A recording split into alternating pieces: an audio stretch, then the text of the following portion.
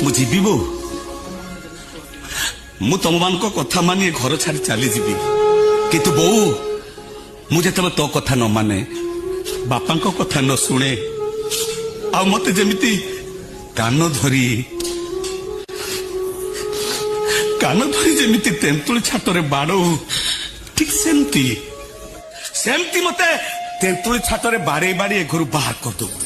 ନାଇଁ ନାଇଁ ବାବୁ, ଆଲୋ ବାଡେଇ ବାଡେଇ ମତେ ଘରୁ ବାହାର କରିଦେ।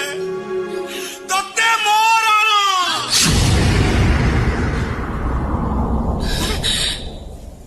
ହେଲା, ତୋରି କଥା ହେଲା, ମୁଁ ତୋ କଥା ମାନିବି।